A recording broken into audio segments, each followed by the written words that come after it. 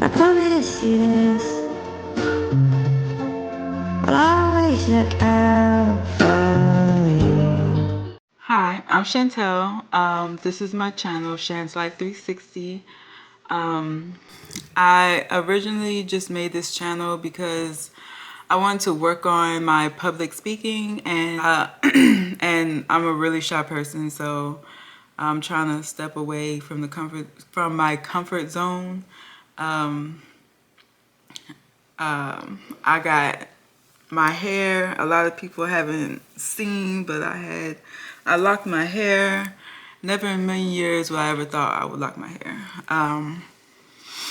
And yeah, so I'm kind of just doing things that I normally don't do, that I always want to do.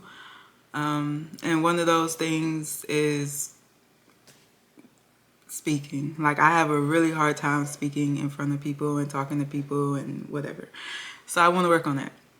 But for today's video, I really wanted to talk about my near-death experience, and how I felt with when I was dealing with that, how I was with the medical system and how they do things. So it was very frustrating. So I'm gonna start off at the very beginning, clean slate. So the day started off pretty normal. You know, I got up that morning. You know, my baby, I forget how old he was. He was under a year old. He was under a year. This was actually last year in May, but he was under a year. Not last year, it was 2023. So it was 2023, May of 2023. We went shopping. I wanted to get some curtains and things for the house. So we went to, at home, we went and grabbed some stuff. And we come back, and I was actually going to start, I wanted to relax a little bit. And I was going to start cooking. So my stomach was hurting real bad while we was gone, so that's why I wanted to chill out when we got back.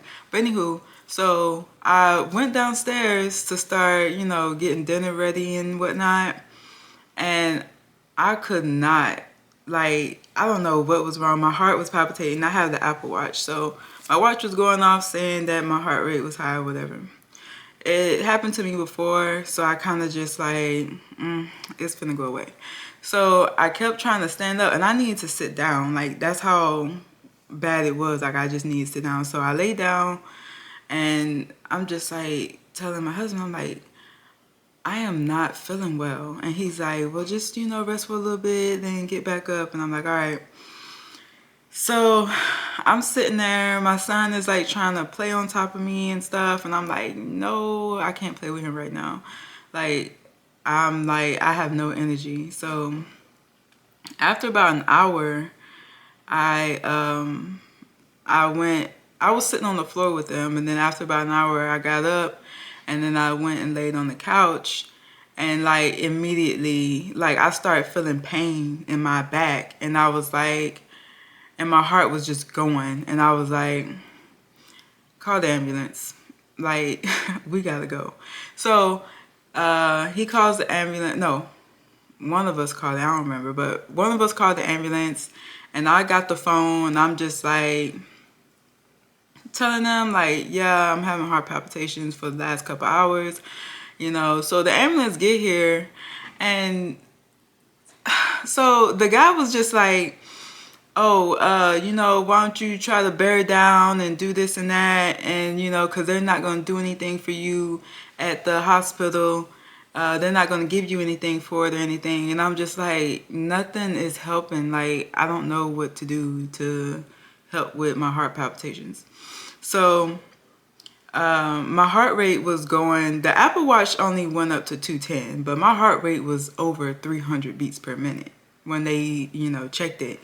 So they, about 10 minutes in, you know, of them trying to get me to, you know, resolve it on my own, they decided to take me in.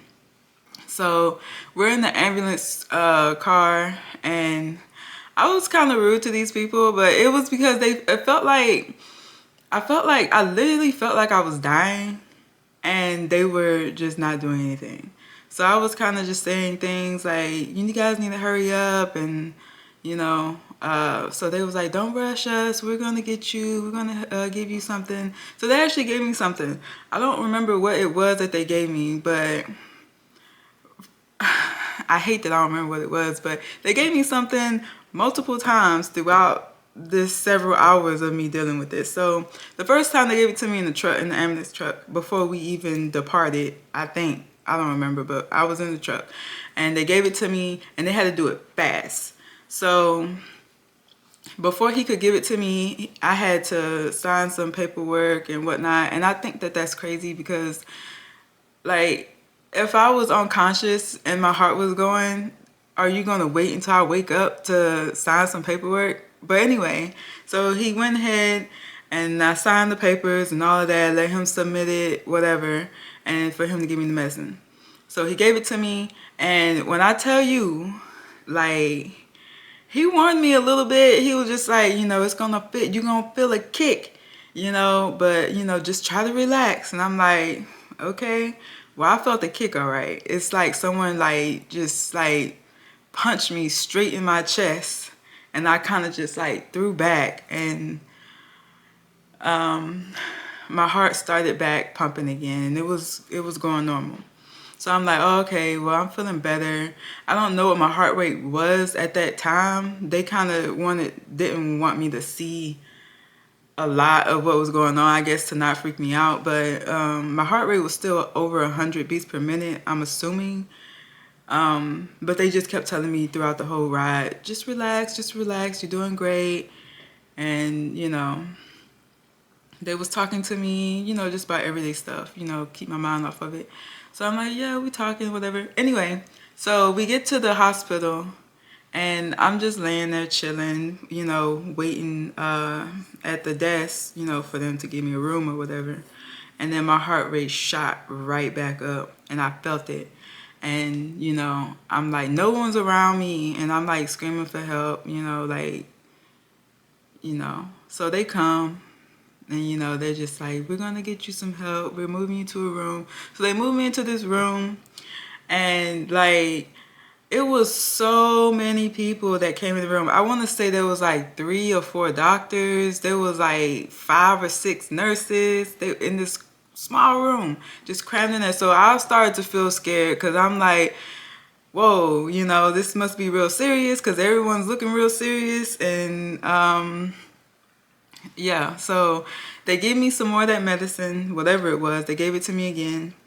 And, it did the same thing, knocked me out. And I come right back. Like, it's like, it's so quick. Like, you just knock out and you come right back. Like, within a second. So they decided that, because where they had the IV placed, they had it in my good arm, which is my right arm. And they wanted to put it in my left arm. And I told them no because, this is my good arm. And they're like, yeah, but because the IV was in the crease, they wanted it like in my forearm or my hand or whatever. And so they left both IVs in, obviously, and they started they cut my shirt and they put, I don't know what those things are called, but when they get you back to life or whatever. So they put one on my back and one on my chest, and I started really getting scared. And so they went, and when they transferred the IV, when they put the new IV in, they moved the line over to it, and they tried to give me the medicine. I think at this point it was maybe like the 4th time. Yeah. It was like the 4th or 5th time. And they gave it to me, and because, the vein ended up blowing for one, but because it wasn't a good line or whatever, it went in very, very slow. So this was like the scary, I don't know how long my heart was stopped, but I was gone, like legit, like, they was, all I could do was hear. I could only hear them. They was calling my name, and I could not move at all. I was stuck. I could not move. I could not open my eyes. Anything, just hear them calling my name over and over and over again. So I come back and I'm like asking the nurse next to me, because the doctors was like, they were on their phones with other doctors and they was, you know, talking amongst each other and everything, trying to figure out what to do. And they were like, we can't keep giving her this. And I'm just like, and they were like, they don't know what else to give me. And I'm just like, oh my gosh. And I just, in my mind, I'm just like, okay, this is it. I'm done. This is it. I'm not gonna see my kids anymore. And in that moment, I'm just asking the nurse, and I'm like, am I dying? And she didn't tell me yes or no, but she just said, just try to relax. That's all she told me. And so that even made me even more scared, because I'm like, oh my gosh, like, I'm gonna die. I feel like I'm dying. And then, you know, with my heart rate going so high, I got a glimpse of it a couple of times, and it was like at one point getting up to 380 beats per minute, which is crazy. And I felt really, really, really, really tired. I was tired. Like, I wanted to go to sleep, but I couldn't go to sleep. And because my heart rate was going so fast, it's like you're running and, you know, you're running as fast as you can nonstop, like you're sprinting. So say you're sprinting and you're trying to push yourself, and imagine how high your heart rate is, and just forever going that way. And it was just so scary and draining. And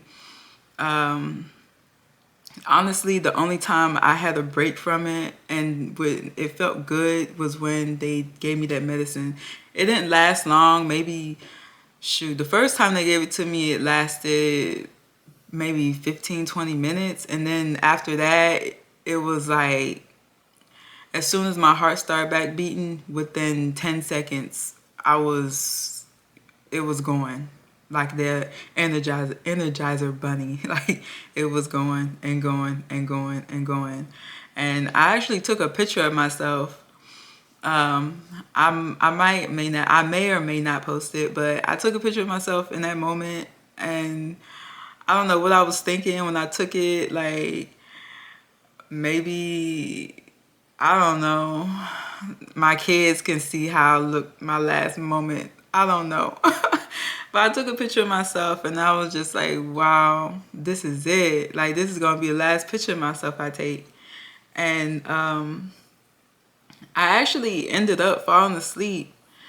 And I don't know if my whim or whatever about my heart rate, I kind of just kept, I was talking with one of the nurses, and, you know, she was just kept telling me relax and to breathe. So I was taking deep breaths, and that, as I was doing that, I actually ended up falling asleep, and I woke up in ICU, in cardiac ICU. So I wake up in cardiac ICU. It was so bright. Like, I don't know. I thought I was waking up and I was deceased. But no, it was so bright. And I was like, oh my gosh. And I was feeling myself like, oh my gosh, am I alive? And, you know, I had to use the bathroom, so I knew I was good. I had to use the bathroom. So I was hooked up to a bunch of different things. They let me know, like, hey, you know, your heart rate had dropped extremely low. I'm like, whoa, they went from extremely high to extremely low. So my heart rate had dropped to extremely low, and they had to rush in and give me some other medicine. I'm like, oh my gosh. It was like, and I was out of it. So it was a crazy, I'm assuming, crazy night. The aide that took care of me, she was real sweet. I didn't stay in there long though. Like, literally within an hour of me waking up, they moved me into the regular cardiac unit. So I was in there. I didn't have a roommate until like a couple days later. But it was all right, you know. It wasn't, I'd rather be at home, but whatever. So I was at the regular room, and the people, um, they kept offering me, juices and soda and cookies, and they're like, oh, we got all this stuff, you can eat this. I didn't want to eat anything. All I did was sleep. Um, every second that I got, I would sleep. They bring me food, and I'll try to eat a little something, something. Like I might have a piece of bread, or I might have.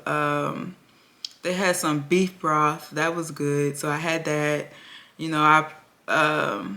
But I didn't eat every meal. I didn't eat breakfast at all the whole time. I was there for about a week. I didn't eat breakfast. I may have picked on something at lunch, and then on dinner time, I just wanted water. Dinner, I mainly just had water. I might have pecked on something, but I really just had water the whole time. And so uh, the doctor, so they put me on two different. So I already had a medication for my heart because I had a history of it palpitating, but I never had it where it would palpitate and not stop. So they put me on the stronger dose of that medicine, and then they put me on another medicine. So I was taking those medicines while I was there, and the doctor was wanting to perform a ablation. I believe that's what it's called, an ablation surgery on me, on my heart. So basically, he was just like, this is a very easy surgery. All I gotta do is go and zap your heart, zap a part of my heart that is causing me to have these palpitations. So I'm like, okay, whatever, do what you gotta do. So my insurance was not allowing this doctor to perform this procedure on me because they want to do it. And he was just like, yeah, it's a money thing, and I think you need the surgery right now. And I told them that you wanted the surgery, and you need it as soon as possible because this can happen again. And I'm like, yeah, it could happen again because it's been happening. So he was just like, he's gonna keep trying. So he kept trying all the way up until I got discharged.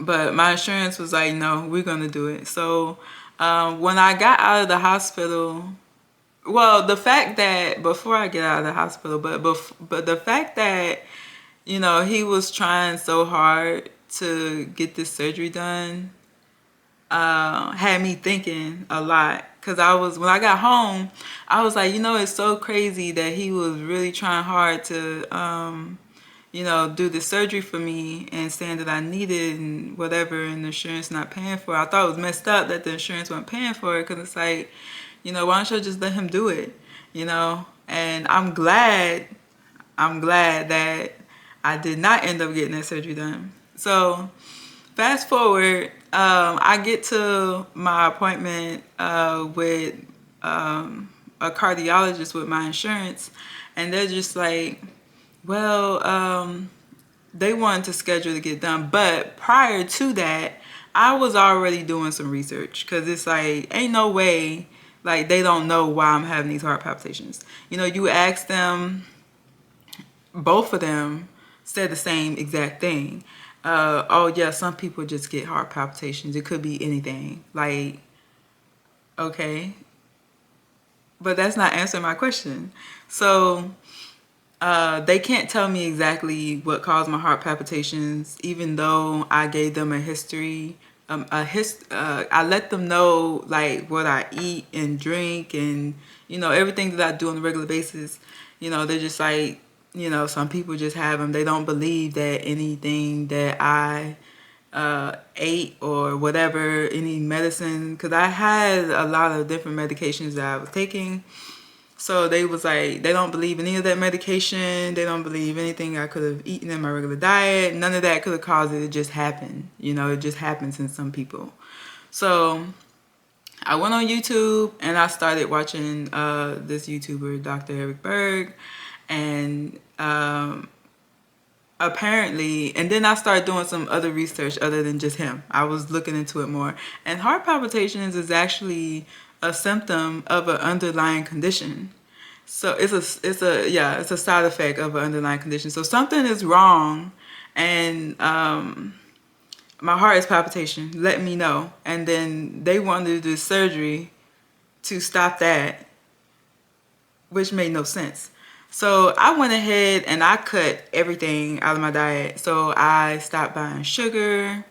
I stopped eating candy. I stopped doing a whole lot of stuff. And I actually lost a whole lot of weight. Because I was like, around that time, I was like 210, 215. The heaviest I ever been in my life. And I had dropped all the way down to 163, 160. I had incorporated fasting and all of that. So to get myself back right, and the palpitations, and also with the heart medicine. So the palpitations subsided, but I was having issues at the beginning of this when I soon after getting home, my heart rate and my blood pressure was dropping like really, really low, to the point to where I was actually having chest pains and I couldn't sleep and I was having a hard time breathing. So I let them know that, and they was like, okay, well, we'll give you something else, which does the same thing, but a different brand. And I said, that doesn't make any sense, because my blood pressure is dropping too low. And she was like, well, we can change the dosage, but we got to give you something. You can't just not take anything. So they gave me a different one, but it was like a higher dose than of what I was taking prior to that. So so I went and seen another doctor, and she was just like, take it as needed if you need it for heart palpitations. And she gave me one that is fast acting. And it's been, how long has it been? It's been over a year, about a year and a half, and I have not had to take that medicine. So, so, but yeah, they wanted to keep me on medicine. And then I was reading the side effects of these medicines, and one of them was flecainide. I don't know if I'm pronouncing that right. I don't even know if I should even be saying that. I'm gonna blurb that out. But one of the medicines, the side effect was sudden death. And I'm like, y'all got me taking this? Y'all should, I don't know. I was not gonna take that, because I could, what? Anywho, I didn't want to take it. I didn't feel right taking it. Something in my gut told me that I do not need to be taking it. Not just because of the side effects I was having, which were alarming, by the way. It's just that something told me I should not be taking this. So I stopped taking it, and then I had dealt with the side effects of that. And let me tell you, do not ever stop taking that medicine. So, well, you can stop taking it, but you gotta wean off of it. So, unfortunate for me, the doctor that I had was a complete. Anyway, he was a complete. Okay, and I told him, like, I cannot take this because of the symptoms that I'm having. And he's like, well, if you don't want to take it, then you need to stop taking it. And I said, well, I need to wean off of it. And he was like, no, just stop taking it. So I did. And my blood pressure shot through the roof. My vision was like out of whack. And one of my eyes is still messed up from that to this day. So, yeah. So, I mean, it happened. I'm still alive. I didn't die. But That's what happened. Hopefully, um, hopefully I can. I always wondered if I can get the vision back in my eye, and I don't think I can, but I wish I could. But yeah, the one of the visions in my eye is out, and you know, it's just the simple fact that. So as far as with the medical system and how they run and everything, it's just the whole simple fact of when I went into the ambulance and how they was all about this paperwork and all of this and that before they would help me, and it took a lot of paperwork and a lot of doing other things to help before they would help me, and like they was like moving slow in hopes that I died or something. I don't know. But they moved too slow for me, for someone that was, in a crisis situation. And then another thing um, was like the whole bidding thing on the surgery. Like it was like, no, I'm going to do this surgery. You're not going to do this surgery. Like if it was, I think that if it was a life and death situation where I really wholeheartedly need that surgery, that it wouldn't have been a bidding war on who was going to do it and who wasn't going to do it, and that it would have got done if it was necessary. And I don't think that the surgery was necessary. Another thing is just the aftercare, and then I finding out information about things on my own, and these doctors I noticed do not know a whole lot about what they went to school for. Like the only thing that they know is what medicine to prescribe for what symptom, and I don't like that, because when I go to the doctor and I have something wrong with me, I want the doctor to say, "Oh, well, what have you been eating? What have you been doing? Any changes in your diet or whatever?" I'd rather the doctor ask me about that than say, "Oh, well, take this for this symptom and take that for that symptom," and it's very eye-opening at how most how people just go to the doctor and then they don't realize, like, a lot of times the symptoms that you have is caused by something just as simple as you need to stop eating those Twinkies every day, because this is why you're having this problem. But they don't make money off of that, so they prescribe these pills. Those pills that they prescribed me was like a couple $100s a month, like crazy. I mean, I'm a veteran, so I get my medicine through them, but when I didn't go through them and I needed it, just because it takes some time, you know, with the VA, everything takes time, okay? So I don't like to use them, but so for the time being, until I can get the medicine through the VA, I need to purchase it now, and it was expensive, and I didn't need it. I need to just know what caused the issue, and just for me to stop doing what was causing the issue. So I was having I consumed a lot of caffeine. I consumed a lot of sugar. I cut that out, and my heart palpitations went down. I mean, every now and then I get them, but I don't get them to where I need to take something for it. Like, for instance, as of the day of me making this video, I probably had one. I don't remember when last time I had one, but it's been a while since I had one. Oh yeah, last summer I remember I had one. I was working. Yeah, I was working with some kids, and one of the kids got out. I chased them down, and I brought them back in, and then I sat down and I was catching my breath, and then my heart started palpitating, and I was like, but that's the only thing. One thing that I do not like really is that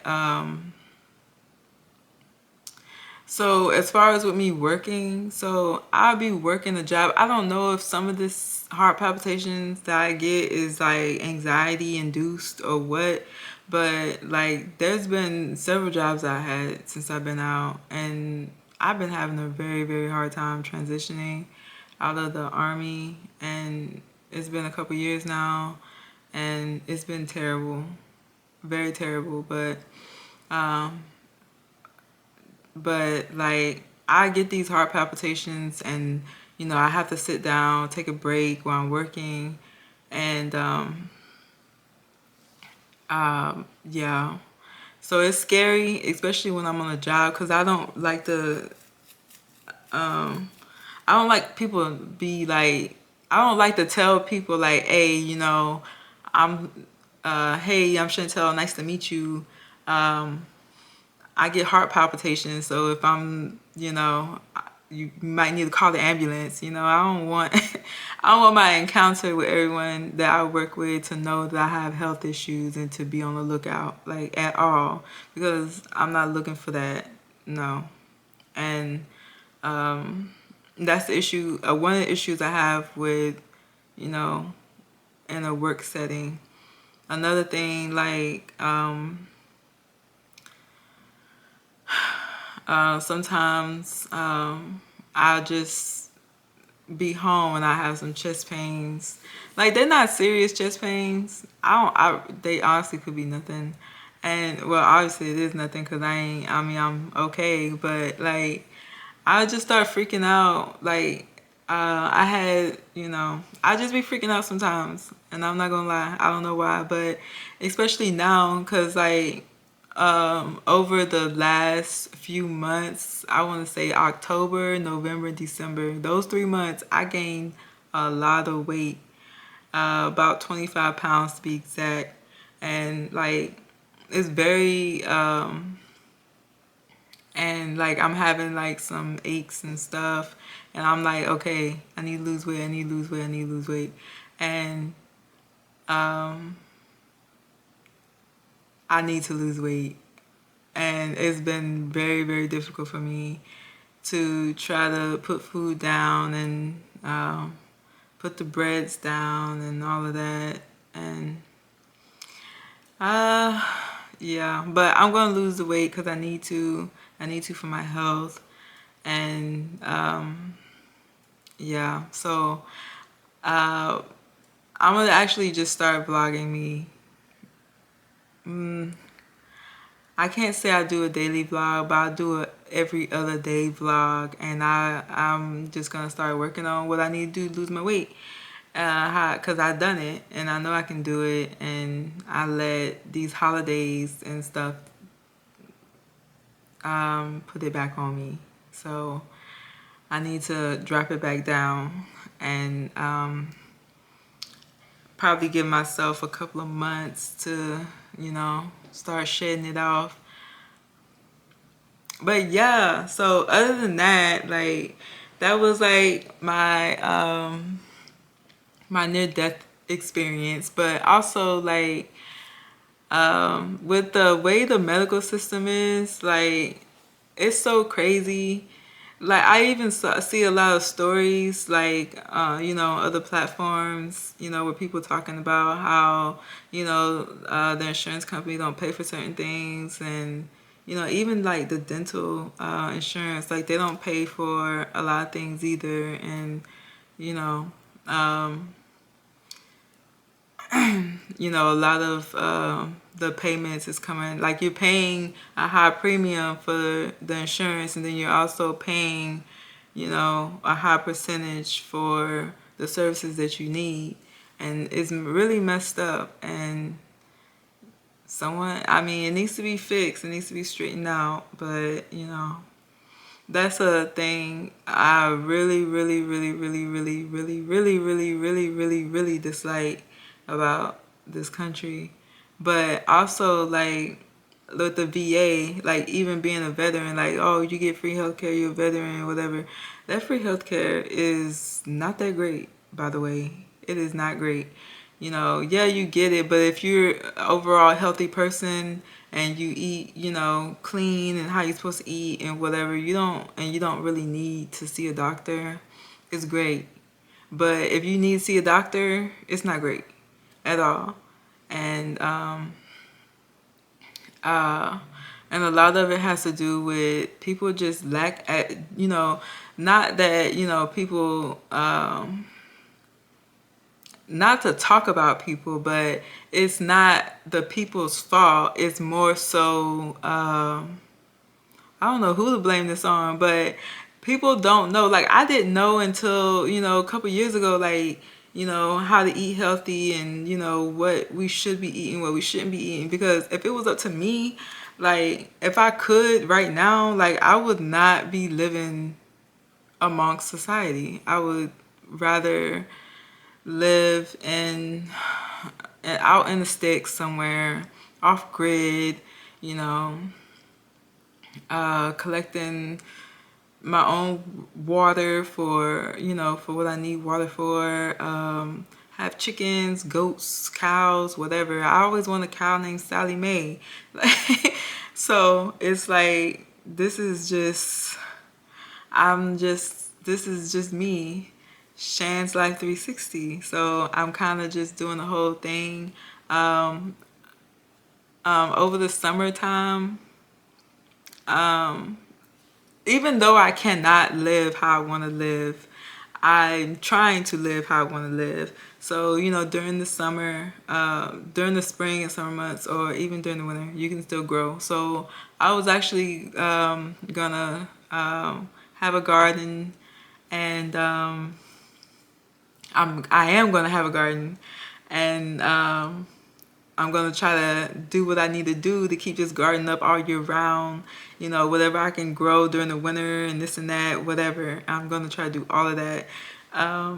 And I want like 90% of the food that, 90 is a stretch, but I want most of the food that we eat in this house to be from the garden, and possibly, because I can get some chickens, maybe get a few chickens. I don't know. We'll see. But yeah, that's kind of what my channel's about, with as far as, the 360 part. Yeah. So I'm hoping that a lot of you hit the subscribe button, like, send me comments. It would be nice to get some comments on people who garden and who, do stuff like that or whatever. And yeah. So I'm gonna try to post every week if I can, maybe, but I'll try to post once a week. I want to do more than that, possibly for this next couple months. I was actually going to post every other day, to kind of just document my